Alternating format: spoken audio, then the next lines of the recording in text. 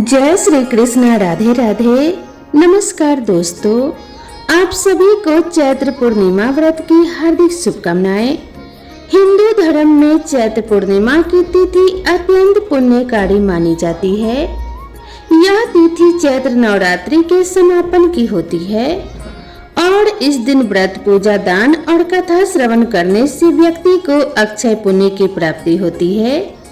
विशेष रूप से इस दिन साधु संतों, ब्राह्मणों और जरूरतमंदों की सेवा, उनके चरणों में अन्न, वस्त्र और दक्षिणा का दान करने से जन्म जन्म के पापों से मुक्ति मिलती है और जन्मों जन्म के पाप कट जाते हैं। यह दिन साल की पहली पूर्णिमा होती है, जिससे इसकी पवित्रता और भी बढ़ जाती है। हनुमान जयंती इसी दिन आती है, जिससे धार्मिक ऊर्जा कई गुना हो जाती है। चैत्र पूर्णिमा की रात को जब चंद्रमा पूर्ण होता है, तब हनुमान जी की भक्ति का प्रभाव भी पूर्ण होता है। मान्यता है कि इस रात को हनुमान जी की आरती और जाप करने से भय, रोग, कलेश और शत्रु बाधा दूर हो जाती है। इस दिन किए गए दान, पुण्य और साधना का फल कई गुना मिलता है। यह दिन आत्मशुद्धि, मानसिक शांति और परिवार की सुख समृद्धि के लिए बेहद प्रभावशाली है। चैत्र पूर्णिमा पर स्नान व दान करने से शुभ फलों की प्राप्ति होती है। इस दिन किसी पवित्र तीर्थ स्थान पर स्नान करने से मनुष्य पाप मुक्त होकर स्वर्ग लोक में जाते हैं। सनातन धर्म में कोई भी व्रत व उपवास बिना व्रत कथा के अधूरा माना जाता है। इसीलिए चैत्र पूर्णिमा या हनुमान जी का व्रत करते समय भी कथा अवश्य पढ़नी चाहिए। तो आज मैं आप सभी को चैत्र पूर्णिमा की कथा के साथ हनुमान जी के जन्मोत्सव की पावन कथा का भी श्रवण कराऊंगी। अतः भक्तों, आप सभी से निवेदन है कि कथाओं को श्रद्धा भाव से पूरा अंत तक अवश्य सुने। तो आइए भगवान श्री लक्ष्मी नारायण जी के चरणों का ध्यान करते हुए कथा का रसपान करते हैं। दोस्तों, आप सभी श्रोताओं का दिन शुभ और मंगलमय हो। इसी मंगल कामना के साथ चलिए इस कथा को शुरू करते हैं।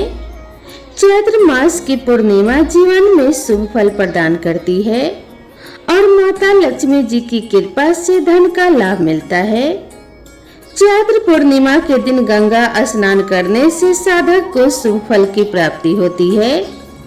साथ ही चैत्र पूर्णिमा के दिन चंद्र देव और धन की देवी माँ लक्ष्मी एवं भगवान श्री नारायण जी की विधि पूर्वक पूजा और व्रत करने का विधान है। चैत्र पूर्णिमा के दिन गंगा स्नान किया जाता है। इस दिन चंद्रमा 16 कलाओं से परिपूर्ण होता है। पूर्णिमा तिथि के दिन जो व्यक्ति स्नान दान के कार्य करता है, वह शुभ फलदायी माना जाता है। पौराणिक मान्यताओं के अनुसार पूर्णिमा का व्रत करने से व्यक्ति को सभी दुख और कष्टों से मुक्ति मिलती है। तो आज हम आपको चैत्र पूर्णिमा की बड़ी ही दुर्लभ कथा सुना रहे हैं। तो आप लोग बड़ी ही श्रद्धा और प्रसन्न चित्त मन से इन कथाओं को पूरा अवश्य सुनिए।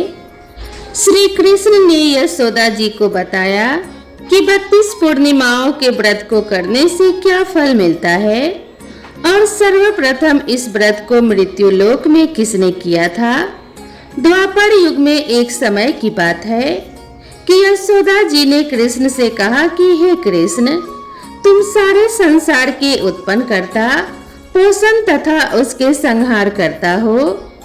आज कोई ऐसा व्रत मुझसे कहो जिसके करने से मृत्यु लोक में स्त्रियों को विधवा होने का भय न रहे तथा यह व्रत सभी मनुष्यों की मनोकामनाओं को पूर्ण करने वाला हो। श्री कृष्ण कहने लगे कि हे माता, तुमने अति सुंदर प्रश्न किया है।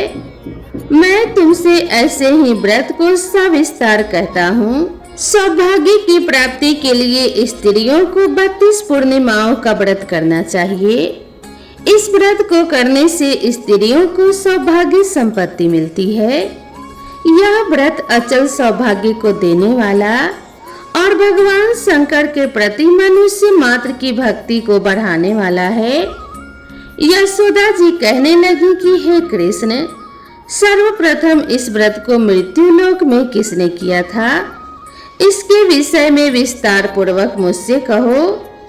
श्री कृष्ण जी कहने लगे कि इस भूमंडल पर एक अत्यंत प्रसिद्ध राजा चंद्रहास से पालित अनेक प्रकार के रत्नों से परिपूर्ण कातिका नाम की एक नगरी थी।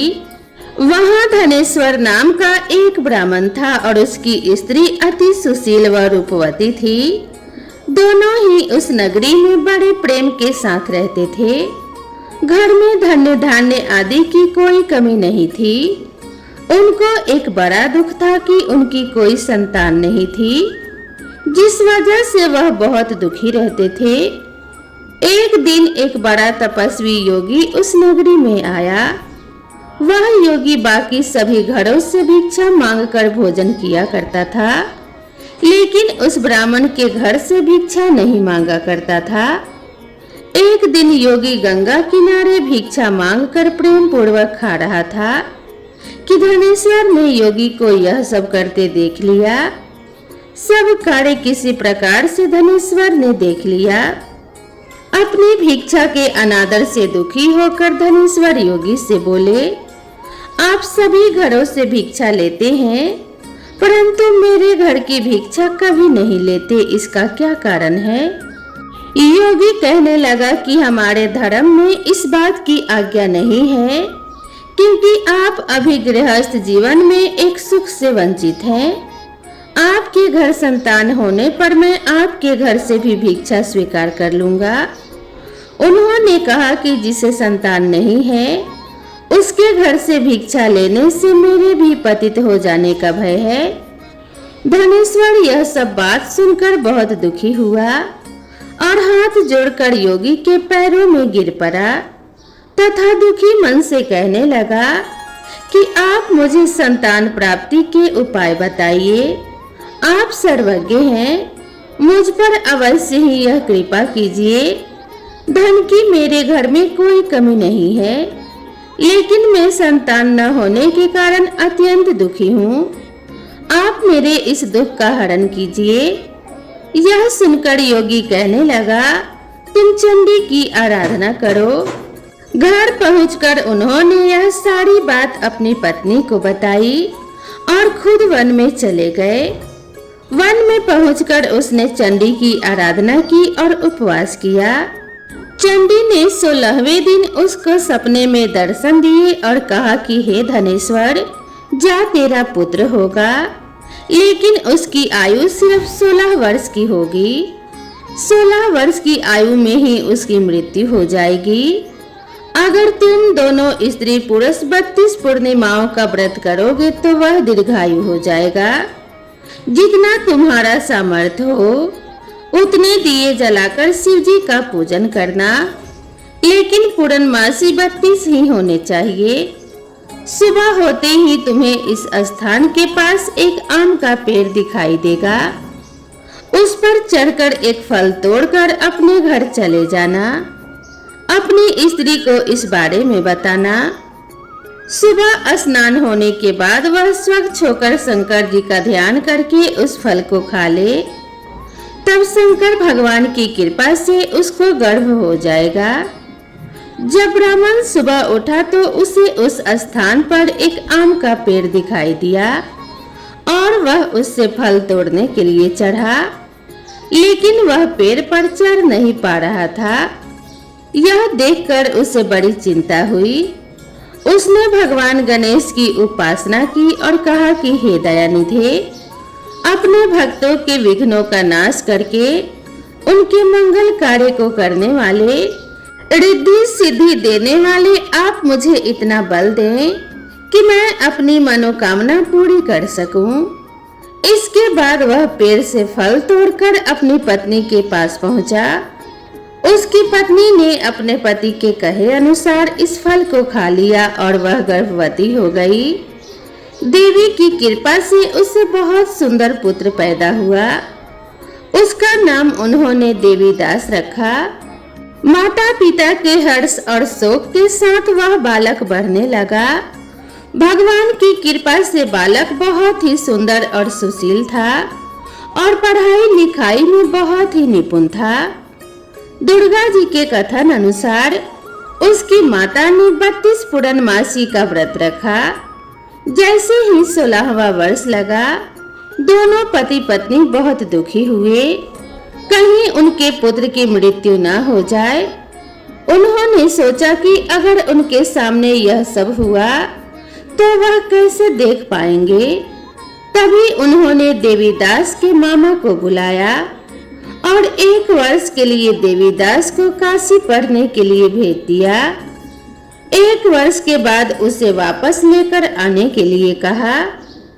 देवीदास अपने मामा के साथ एक घोड़े पर सवार होकर चल दिया। उसके मामा को भी यह बात पता नहीं थी। दोनों पति पत्नी ने 32 पूर्णमासी का व्रत पूरा किया। दूसरी तरफ मामा और भांजा दोनों रात गुजारने के लिए रास्ते में एक गांव में रुके। उस दिन उस गांव में एक ब्राह्मण की कन्या का विवाह होने वाला था। जिस धर्मशाला में वर और बारात के बाकी लोग रुके हुए थे, उसी धर्मशाला में देवीदास और उसके मामा भी ठहर गए। उधर कन्या को तेल आदि चढ़ने के बाद जब लगन का समय आया तो वर की तबीयत खराब हो गई। वर के पिता ने अपने परिवार वालों से विचार विमर्श करके कहा कि यह देवीदास मेरे पुत्र के जैसा ही है, मैं इसके साथ लगन करा दूं और बाद में बाकी सारे काम मेरे बेटे के साथ पूरे हो जाएंगे। ऐसे कहने के बाद वर के पिता देवीदास को मांगने के लिए उसके मामा के पास गए और उन्हें सारी बात बताई। मामा ने कहा कि कन्यादान में जो कुछ भी मिलेगा वो हमें दे दिया जाए। वर के पिता ने बात स्वीकार कर ली। इसके बाद देवीदास का विवाह कन्या के साथ संपन्न हो गया। इसके बाद वह अपनी पत्नी के साथ भोजन न कर सका और मन में विचार करने लगा कि ना जाने यह किसकी पत्नी होगी। यह सोचकर उसकी आंखों में आंसू आ गए। तब वधू ने पूछा कि क्या बात है, आप उदास क्यों हैं? तब उसने सारी बातें अपनी पत्नी को बता दी। तब कन्या कहने लगी, यह ब्रह्म विवाह के विपरीत है। आप ही मेरे पति हैं और मैं आप ही की पत्नी रहूंगी, किसी और की कदापि नहीं। तब देवीदास ने कहा, ऐसा मत करिए क्योंकि मेरी आयु बहुत कम है, मेरे बाद आपका क्या होगा। लेकिन उसकी पत्नी नहीं मानी और बोली, स्वामी आप भोजन कीजिए। दोनों रात में सोने के लिए चले गए। सुबह देवीदास ने पत्नी को 4 नगों से जड़ी एक अंगूठी दी और एक रुमाल दिया और बोला कि हे प्रिय, इसे लो और संकेत समझकर स्थिर चित हो जाओ। मेरे मरण और जीवन को जानने के लिए एक पुष्प वाटिका बना लो, उसमें सुगंधी वाली एक नौ मल्लिका लगा लो, उसको प्रतिदिन जल से सींचा करो और आनंद के साथ खेलो कूदो। जिस समय और जिस दिन मेरा प्राणांत होगा उस दिन यह फूल सूख जाएंगे और जब यह फिर से हरे भरे हो जाएं तो जान लेना कि मैं जीवित हूँ। यह समझाकर वह वहां से चला गया। इसके बाद जब वर और बाकी बाराती मंडप में आए तो कन्या ने उसे देखकर कहा कि ये मेरा पति नहीं है, मेरे पति वह हैं जिनके साथ रात में विवाह हुआ है, इसके साथ मेरा विवाह नहीं हुआ है। अगर यह वही है तो यह बताए कि मैंने इसे क्या दिया है। साथ ही कन्यादान के समय के आभूषण मिले उन्हें दिखाए। कन्या की ये सारी बातें सुनकर वह कहने लगा कि मैं यह सब नहीं जानता। इसके बाद सारी बारात भी अपमानित होकर लौट गई। भगवान श्री कृष्ण बोले कि हे माता, इस प्रकार देवीदास काशी चला गया। कुछ समय जब बीत गया तो एक सर्प उसको डसने के लिए वहां आया, लेकिन वह उसको काट नहीं पाया क्योंकि उसकी माता ने पहले ही 32 पूर्णिमा का व्रत कर लिया था। इसके बाद खुद काल वहां आ पहुंचा। भगवान की कृपा से तभी वहां से माता पार्वती और भगवान गणेश आ गए। देवी दास को मूर्छित दशा में देखकर माता पार्वती ने भगवान शिव से प्रार्थना की कि हे महाराज, इस बालक की माता ने पहले ही 32 पूर्णिमा के व्रत कर लिए हैं, आप इसको प्राण दें।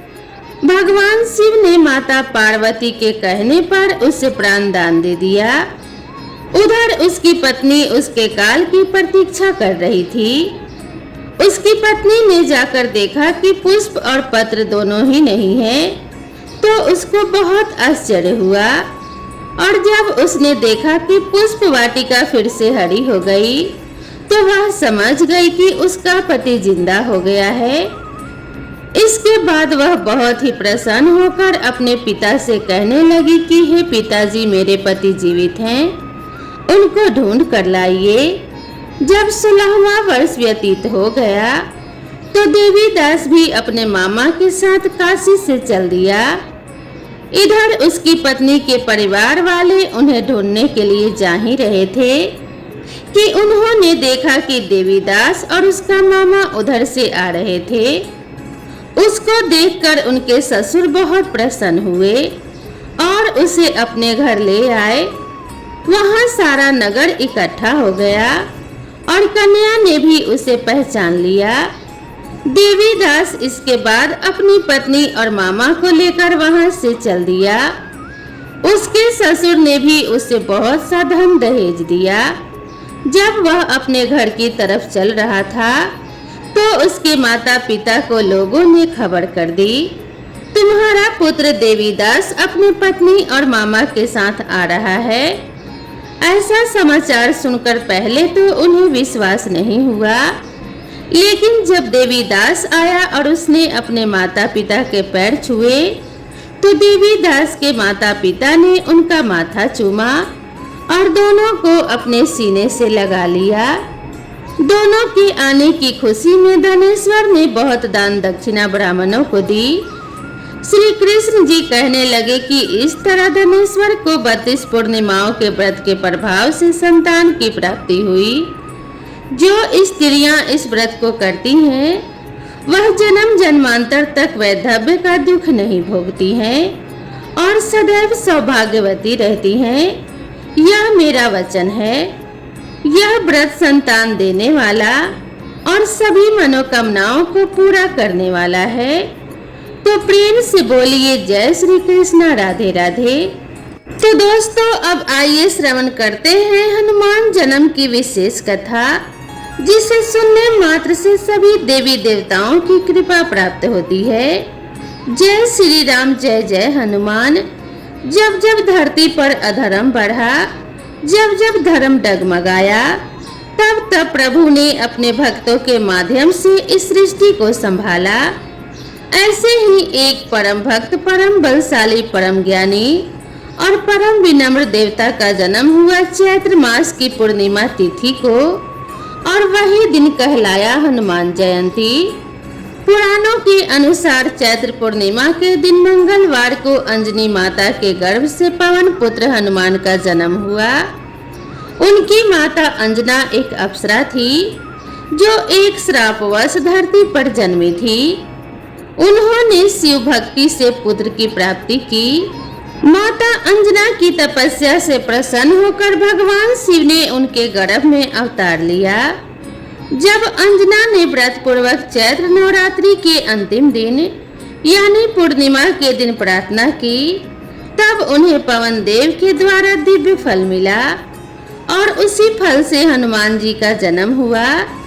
इसीलिए हनुमान जी को पवन पुत्र और मारुति नंदन भी कहा जाता है। हनुमान जी केवल बलशाली नहीं, वे बुद्धिमान, शूरवीर, भक्तवत्सल और मर्यादा पुरुषोत्तम श्री राम के अनन्य भक्त थे।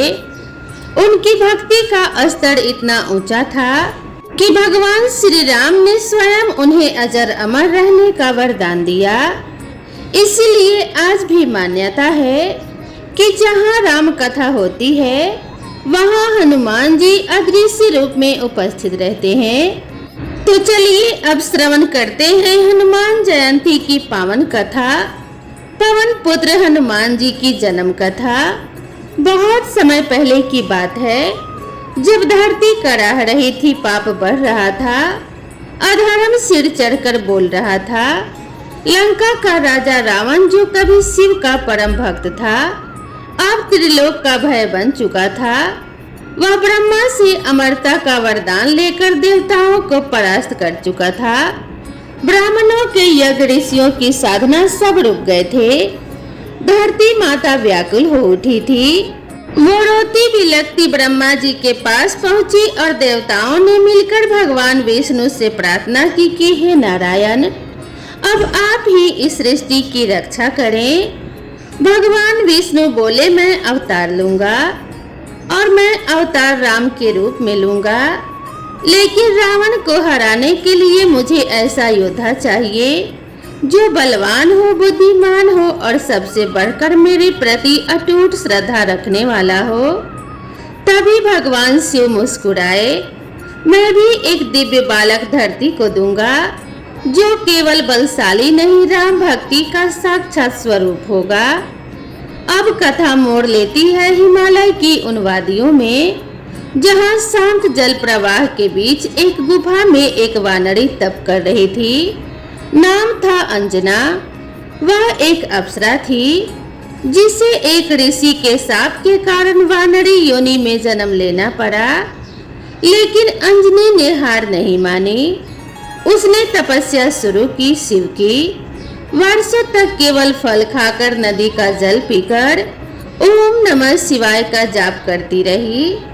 एक ही संकल्प की, हे भोलेनाथ, मुझे ऐसा पुत्र दे जो आपकी तरह तेजस्वी और तपस्वी हो। शिव प्रसन्न हुए। वहीं दूसरी ओर अयोध्या में दशरथ जी पुत्रेष्टि यज्ञ कर रहे थे। यज्ञ के बाद उन्हें दिव्य खीर मिली। उसी समय पवन देव ने शिव की आज्ञा से उस खीर का एक भाग अंजनी तक पहुंचा दिया। अंजनी ने उसे प्रसाद मानकर ग्रहण किया और फिर समय बीता। चैत्र मास की पूर्णिमा की तिथि आई। चैत्र मास की पूर्णिमा की रात थी। पूरा वन सुवासित था। चांदनी फैली थी। आकाश में देवताओं की स्तुति गूंज रही थी। और तब एक दिव्य बालक का जन्म हुआ। उसके शरीर से सूर्य जैसा तेज निकल रहा था। उसके जन्म से ही वनों में आनंद छा गया। फूल झड़ने लगे, पक्षी गाने लगे। देवताओं ने आकर कहा, यह कोई साधारण बालक नहीं, यह शिव का ही अंश है। यह पवन पुत्र है। यह वीर, बलवान, बुद्धिमान और परम भक्त होगा। एक दिन की बात है, बाल हनुमान ने आकाश में सूर्य को चमकते देखा। उन्हें लगा, वाह कैसा सुंदर लाल फल है, और वे बिना रुके उड़ चले सूर्य को खाने के लिए। वे इतने तेज थे कि चंद क्षणों में ही सूर्य तक पहुंच गए और उसे निगल लिया। पूरी सृष्टि अंधकार में डूब गई। देवता घबरा गए। इंद्रदेव ने वज्र से प्रहार किया। बालक गिर पड़े, घायल हो गए। पवन देव को क्रोध आ गया। उन्होंने अपनी सबसे अनमोल चीज वापस ले ली, वायु। अब त्रिलोक में सांसें थम गई। अग्नि बुझ गई, जल ठहर गया, जीवन रुक गया। देवताओं को समझ आया कि गलती उनकी है। वे ब्रह्मा जी के साथ पवन देव के पास पहुंचे और क्षमा मांगी। उन्होंने बालक हनुमान को अमरता, अजयता, अपराजय बल, अष्ट सिद्धियां और नवनिधियां दी। हनुमान जी अत्यंत शक्तिशाली हो चुके थे। वे कभी कभी खेल खेल में ऋषियों की साधना में विघ्न डाल देते। एक ऋषि ने उन्हें शाप दिया, तुम्हारी सारी शक्तियां तब तक निष्क्रिय रहेंगी जब तक कोई तुम्हें याद नहीं दिलाएगा। यह शाप भी वरदान बन गया। अब हनुमान जी शांति से रहते, विनम्र रहते और एक बात सोचते रहते, कब वह समय आएगा जब मुझे मेरा असली उद्देश्य प्राप्त होगा। और वह समय आया भी। जब श्री राम वनवास में थे और सीता माता का हरण हो चुका था, तब राम और लक्ष्मण ऋषिमुख पर्वत पर पहुंचे। वहां उन्हें हनुमान मिले वानर रूप में, लेकिन हृदय में भक्ति लिए। जैसे ही हनुमान ने राम को देखा, उनके भीतर की सारी शक्तियां जाग उठी। उन्होंने मन में कहा, अब मेरा जीवन सार्थक होगा। यही मेरे प्रभु हैं, यही मेरे आराध्य श्री राम हैं। राम ने भी हनुमान की भक्ति को तुरंत पहचान लिया। हनुमान अब राम काज में जुट गए, एक क्षण भी बिना विश्राम किए। हनुमान जी समुद्र लांघ कर लंका पहुँचे। अशोक वाटिका में सीता माँ को राम की अंगूठी दी और उन्हें विश्वास दिलाया, मैं पवन पुत्र हनुमान हूँ, श्री राम का दूत। वे आपको लेने स्वयं आ रहे हैं। सीता माँ की आंखों में आंसू आ गए। आशा की किरण फिर से जागी। फिर लंका दहन हुआ। रावण के दरबार में हनुमान ने दर्प से कहा, राम नाम की शक्ति को तुम नहीं समझ पाओगे रावण, समय आने दो। उन्होंने लंका को जलाया, समुद्र पार किया और राम के पास लौट आए। राम रावण युद्ध में हनुमान हर ओर उपस्थित रहे। अंगद, जामवंत, सुग्रीव, नल, नील के साथ मिलकर उन्होंने सेतु बांधा, पर्वत उठाया, युद्ध लड़ा। वह क्षण सबसे अद्भुत था जब लक्ष्मण मूर्छित हुए और हनुमान पूरा संजीवनी पर्वत उठा लाए। राम में राज की स्थापना के बाद सीता माँ ने उन्हें एक मोतियों का हार दिया। हनुमान उसे देखने लगे, एक एक मोती को चीरते जा रहे थे। लोगों ने पूछा कि हनुमान तुम ऐसा क्यों कर रहे हो? हनुमान जी बोले कि मैं देख रहा हूँ इसमें राम और सीता माता है या नहीं। बिना राम नाम के मुझे कोई चीज प्रिय नहीं। लोगों ने हंसते हुए कहा, क्या तुम्हारे शरीर में बसे हैं राम? तब हनुमान जी ने अपनी छाती चीर दी और सभी लोग स्तब्ध रह गए। छाती के भीतर राम और सीता माता साक्षात विराजमान थे। हनुमान जी ने राम से कहा कि प्रभु, मुझे मोक्ष नहीं चाहिए। जब तक इस सृष्टि में राम नाम गूंजता रहे मैं रहना चाहता हूँ। भगवान श्री राम ने कहा कि तथास्तु। जब तक धरती पर राम कथा होगी तुम वहाँ उपस्थित रहोगे। आज भी जहाँ कोई रामायण पढ़ता है या सुंदर कांड का पाठ करता है, संकट मोचन का जाप करता है, वहाँ हनुमान जी अदृश्य रूप में विराजते हैं। हनुमान केवल बल के प्रतीक नहीं, वे भक्ति, सेवा, विनम्रता और निष्ठा के अद्वितीय उदाहरण हैं। हनुमान जयंती पर हम केवल उनका जन्म ही नहीं मनाते, हम उस भावना का उत्सव मनाते हैं जहाँ शक्ति भक्ति के चरणों में समर्पित हो जाती है। तो प्रेम से बोलिए, जय श्री राम, जय जय हनुमान। सिया राम मैं सब जग जानी, करहु प्रणाम जोड़ी जुग पानी। भक्तों, चैत्र पूर्णिमा पर हनुमान जयंती कैसे मनाई जाती है? इस दिन भक्त सूर्योदय से पहले उठकर स्नान कर हनुमान चालीसा, सुंदर कांड और रामायण का पाठ करते हैं। हनुमान जी को चोला, सिंदूर, जनेऊ, लड्डू और पान अर्पण किया जाता है। मंदिरों में विशेष रूप से जय हनुमान ज्ञान गुण सागर की गूंज होती है। कई भक्त आज के दिन उपवास रखते हैं और कहते हैं कि हे संकट मोचन, जैसे आपने राम के काम किए वैसे ही हमारे जीवन से भी सभी संकटों को हटा दो।